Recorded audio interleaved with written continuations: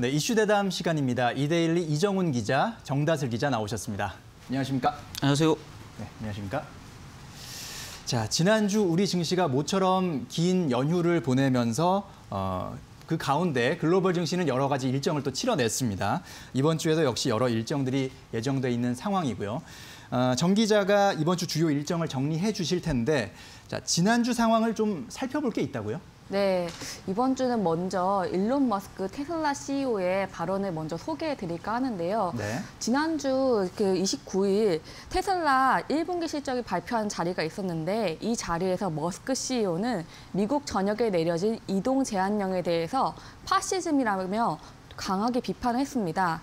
코로나19 확산을 막기 위한 이동 제한 조치가 자유라는 헌법적 권리를 침해하는 독재라고 강하게 비판한 것인데요. 그는 다음 날 자신의 트위터에 테슬라 주가는 너무 비싸다라는 폭탄 발언을 날리기도 했습니다. 그 바람에 테슬라 주가는 이날 11% 가까이 하락했는데요. 주요 경제 일정을 말씀드리기에 앞서 테슬라 CEO의 그 발언을 소개해드린 거는 이것이 우리의 글로벌 경제, 특히 주식시장이 당면하고 있는 현실을 반영하고 있다고 생각했기 때문입니다. 네. 일론 머스크의 한마디가 주식시장의 현실을 잘 반영하고 있다. 네. 이거 어떤 뜻인가요? 네. 코로나19 사태 이전에 이후 2월 말 고점에서 S&P 500 지수는 34일간 33.8% 하락한 뒤에 5월 1일까지 39일간 절반 수준까지 회복했는데요. 네. 반면 기업의 실적은 좀 다릅니다. 퀵팩트셋 기업 재무 데이터를 바탕으로 한 미국 상장 기업의 1분기 실적을 살펴보면요. 전년 동기 대비 평균 36% 감소한 것으로 나타났습니다. 2분기는 더욱 참담할 것으로 보이고요. 그리고 많은 전문가들이 사실은 코로나19 여파가 3분기까지 이어질 것이란 암울한 전망을 내놓고 있는데요. 이런 상황에서 주식시장은 연준의 전례 없는 통화정책, 정부의 역대급 부양책, 그리고 코로나 사태 이후에는 경제가 회복될 것이란 믿음, 그리고 코로나 사태로 재조명되는 산업에 대한 기대감 등으로 먼저 올라갔습니다. 테슬라 주가 역시 마찬가지인데요. 네. 코로나 사태 이전만 하더라도 $900를 찍었다가 3월 중순에는 $300 중반까지 떨어졌고요. 지금 4월 말까지는 $800 선을 회복을 했습니다. 전 고점의 80% 수준까지 회복한 거죠. 네. 자, 테슬라 같은 경우는 뭐 코로나 사태를 겪으면서도 흑자가 나타나기도 했고 또 매출이 많이 늘어나는 등 뭐 그런 좀 실적으로 봤을 때는 좋은 모습이 있었기 때문에 뭐 당연했던 것이 아니냐 뭐 이렇게 네. 보는 시각도 있는데요. 네, 맞습니다. 사실은 시장의 예상을 깨고 1분기 실적은 흑자가 나기도 했는데요. 사실 테슬라의 성장성을 보여주는 대목이라고 할 수 있겠습니다. 근데 문제는 이제 테슬라가 성장 기업이라는 거죠. 네. 아직까지도 이제 한참 성장할 기업이 지금 현재로는 미국 프리먼트 공장 같은 경우에는요, 5월 중순까지 문을 닫아야 하고 네바다주와 뉴욕주에 위치한 배터리 공장 역시 가동을 중단한 상태이고요.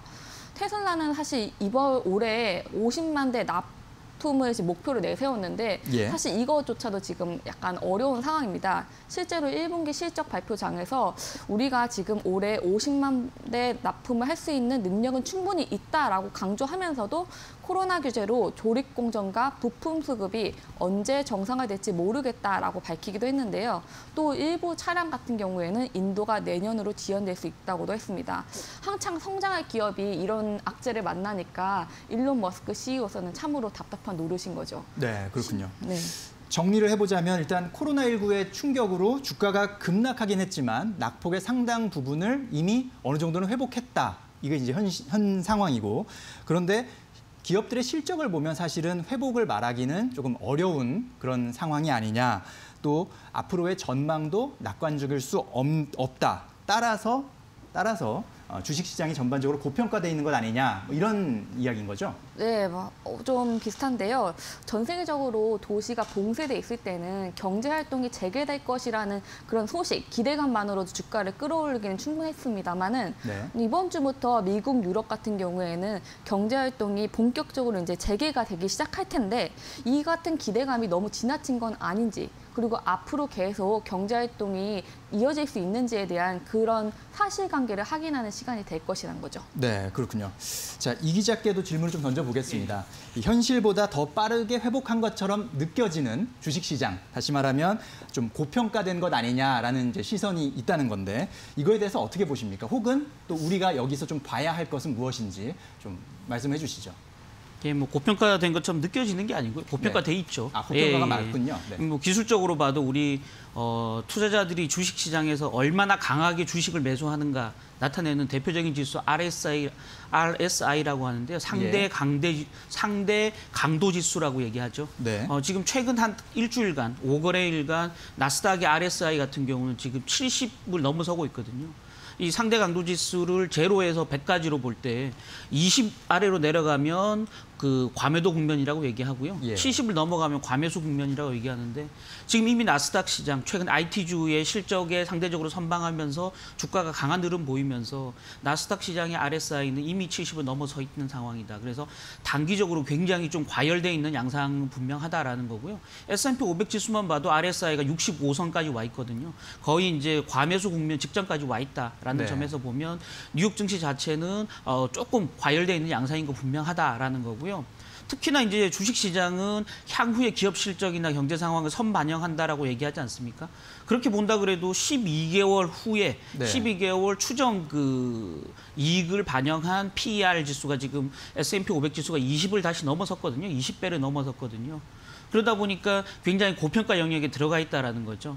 물론 이제 PER이라는 게 기업 이익 대비 주가 수준을 나타내는 거기 때문에 이익이 향후에 계속 늘어난다 그러면 PER 20배도 충분히 정당화될 수 있겠지만 지금은 이익 전망 자체가 줄어들고 있는 상황에서 PER이 20배를 넘어섰다라는 건 단기적으로 조금 조심해야 될 영역에 와 있다라는 거고요.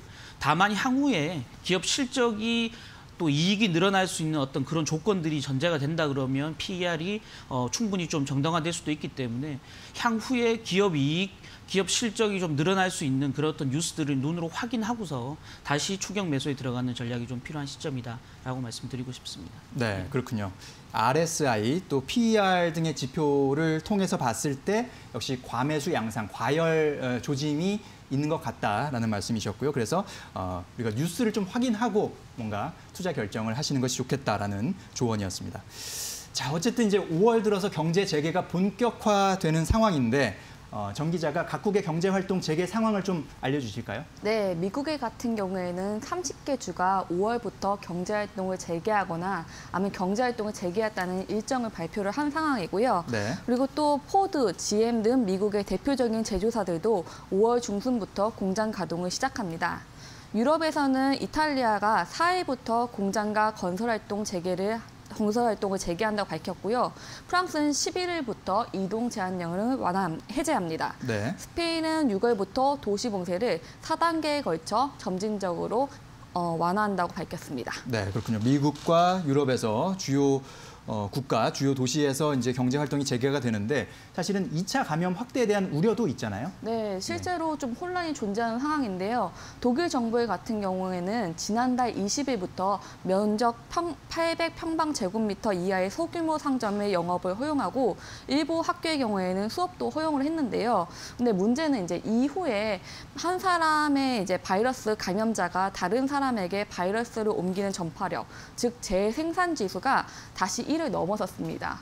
그러니까 이거는 언제든지 또 감염이 확산될 수 있다는 걸 의미하는데요. 네. 상황이 이렇게 되다 보니까 독일 정부는 당초 6일 학교의 전면 개교와 타가소, 스포츠 클럽들의 영업활동 재개를 논의하기로 했던 일정을 미루기로 했습니다. 또 인도 같은 경우에는 사실 어제부터 그 종료될 예정이었던 국가 봉쇄 조치가 2주간 더 연장되면서 17일까지 하기로 했고요. 예. 또 한때 방역 모방국으로 이끌어졌던 싱가포르 같은 경우에는 코로나19 확산세가 많이 커지면서 6월 1일까지 고강도 봉쇄 정책을 지속하기로 했습니다. 네, 그렇군요. 경제 재개 활동 조짐 속에서도 역시 그 감염 확대에 대한 우려가 있다 보니까 기존의 계획들을 조금 늦추거나 혹은 좀 연장한 뒤로 미룬 그런 케이스들이 있는데 그만큼 돌다리를 두드려보듯 좀 조심스럽게 가야 된다. 뭐 이런 입장도 있는 것 같아요. 네, 실제로 그 아시시 잘하는 하버드 보건대학교 교수 같은 경우에는요. 언제 문을 여는지가 중요한 게 아니다. 문제는 계속 문을 열 수 있겠느냐라고 말하기도 했는데요. 지속적으로 지금 올 가을께 2차 대유행이 이제 가능성이 제기가 되고 있는데 이게 기후로 끝나면 정말 다행이지만 앞으로 이제 그게 만약에 현실화될 경우에는 충격은 매우 클 것으로 보입니다. 네. 이 경제 활동이 이제 이번 주부터 본격화되는 만큼 시장은 그 가능성에 대해서 면밀히 주시할 것으로 보입니다. 그렇군요. 자, 이번에도 또 이 기자께 질문 던지겠습니다. 경제를 재개함으로써 우리가 기대할 수 있는 효과가 있고요. 네. 또 이제 자칫 2차 감염 확산으로 이어져서 더 큰 피해를 입을 수 있다는 걱정도 있습니다. 이렇게 두 가지 측면이 있는 상황에서 경제 재개를 본격화하는 것이 뭐 글로벌 경제 또 주식 시장에 있어서 좀 긍정적인 영향이 많을지 부정적인 영향이 많을지 어떻게 보십니까? 예, 뭐 가을쯤 2차 대유행, 이제 영국의 임페리얼 칼리지 같은 경우는 10월이나 11월쯤에 2차 대유행이 나타날 것이다라고 예고를 하지 않았습니까? 네. 그 확률을 거의 99%라고 봤거든요. 예. 그러나 우리가 가을까지 경제를 계속 막아놓고 기다릴 수는 없는 상황이다라는 점에서 경제 재개는 좀 불가피했다라고 보여지는 상황이고요. 네. 다행히 재감염 확산이나 이런 부분이 없다고 한다면 하반기, 뭐 경제로 보면 한 4분기, 증시는 약간 6개월 정도 선반영하는 측면이 있기 때문에 올 하반기 시작 정도의 재감염 확산만 없다면 경제 반등, 증시 반등이 나타날 가능성이 충분히 있다라는 좀 기대를 가져볼 만하고요. 지금 시장은 그런 기대감을 선반영하고 있다라고 말씀드릴 수 있을 것 같습니다. 그럼에도 불구하고 저 개인적으로는 미국 상황은 썩 낙관적인 상황은 아니다라고 좀 보여지는 상황인데요. 실제 미국에서는 지역 감염, 그러니까 전체 그 신규 확진자 수는 조금 완화되고 있습니다만은 지역 내 집단 그 감염이 산발적으로 계속 나타나고 있는 상황이고요. 전체 이제 확진자 수를 이렇게 누적으로 차트를 쭉 그리지 않습니까? 그럼 한국이나 중국처럼 이렇게 계속 가파르게 올라가다가 평탄화되는 구간이 굉장히 길어야 되거든요. 근데 지금 미국 같은 경우는 평탄화 양상을 보이고 있습니다만은 유의미한 그 플래트닝이 나타나고 있지 않은 상황이다. 그래서 조금 조기에 서둘러서 경제 활동을 재개하고 있다라는 측면이 좀 우려스러운 상황이고요. 특히나 또 하나 고려해야 될 점들은 지금 뉴욕이나 뉴저지 같은 경우는 지금 민주당 주지사들이 자리를 잡고 있는 상황에 트럼프의 조기 경제활동 재개에 대해서 좀 부정적인 입장을 보이고 있는 상황이거든요. 뉴욕, 뉴저지는 여전히 확진자 수가 빠르게 늘어나고 있는 상황이고 이 두 주만 합치면 미국 전체 GDP의 10%를 차지하는 큰 경제활동이 가장 큰 주거든요. 이 주들이 여전히 경제활동을 재개하고 있지 않다라는 말은 미국의 경기 반등이 생각보다는 강하지 않을 가능성이 굉장히 크다라는 걸 반영해주고 있는 상황이고요. 실제적으로 기대치를 조금 낮춰야 될 필요가 있지 않냐라는 생각을 말씀드리고 싶습니다. 네, 그렇군요. 뭐 경제 재개는 불가피한 측면이 있지만 어쨌든 재확산만 없다면 뭐 경제나 증시나 반등을 기대해 볼 수는 있다. 다만 지금 현재 상황에서는 조금 서두르는 것 아니냐라는 그런 불안한 느낌도 있고 또 정치적인 판단에 좌우된 것 아니냐 뭐 이런 느낌까지 지적을 해주셨습니다. 자, 정 기자, 이제 이번 주 주목해야 될 일정과 경제 지표 좀 정리를 해주실까요? 네. 오늘은 중국에서 4월 차일신 제조업 PMI 지수가 나오고요. 5일에는 OECD 경기 선행지수가 나옵니다. OECD 경기 선행지수는 향후 6에서 9개월 후에 경기 흐름을 예측하는 가장 공식력 있는 지표 중 하나인데요. 주목해 보시면 좋을 것 같습니다. 8일에는 미국의 4월 고용지표, 중국의 4월 수출액, 수입액 지표를 주목할 필요가 있습니다. 7일에는 영국 중앙은행인 BOE의 통화정책회의가 열리고요. 또 아울러 유럽에서는 EU 차원에서 주요국들의 이제 경제 부양을 도울 수 있는 경제 회복 기금을 마련하기도 했는데요. 구체적인 재원과 활용 방안이 이번 주 논의될 것으로 예상되는 만큼 이에 따라서도 시장 심리가 크게 달라질 것으로 보입니다. 네, 그렇군요.